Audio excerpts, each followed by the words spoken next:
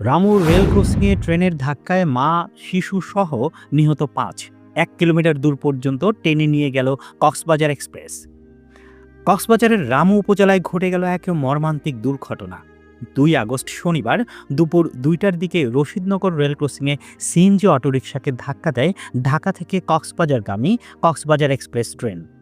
Rail line পার হওয়ার সময় অটোরিকশাটি আচমকা রেললাইনের উপর উঠে পড়লে চলন্ত ট্রেনটি সেটিকে সজোরে ধাক্কা দিয়ে প্রায় ১ কিলোমিটার দূর পর্যন্ত টেনে নিয়ে যায়। Additional police super Mohammad Jasim Uddin Chowdhury জানিয়েছেন, নিহত ৫ জনের মধ্যে রয়েছে অটোরিকশা চালক শাহাবুদ্দিন, একজন নারী যাত্রী মর্জিনা এবং তার শিশু সন্তান। বাকি ২ জনের পরিচয় তাৎক্ষণিকভাবে নিশ্চিত করা যায়নি।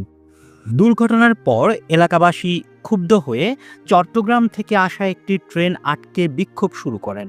তাদের অভিযোগ, রেল ক্রসিংয়ে কোনো গেটম্যান ছিল না সিগন্যালিং ব্যবস্থা। স্থানীয়দের দাবি, এটা দুর্ঘটনা নয়, এটা কর্তৃপক্ষের উদাসীনতায় ঘটানো এক ধরনের হত্যাকাণ্ড। ঘটনাস্থলে পৌঁছায় ফায়ার সার্ভিস ও রেলওয়ে পুলিশ। রামু থানার ওসি মোহাম্মদ তৈয়বুর রহমান জানান, নিহতদের মরদেহ উদ্ধার করে হাসপাতালে পাঠানো হয়েছে এবং বিষয়টি নিয়ে তদন্ত চলছে।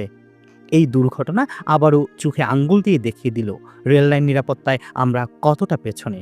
কর্তৃপক্ষ কি এবার ঘুম থেকে জাগবে না? Suman Salauddin, news desk, 0 TV.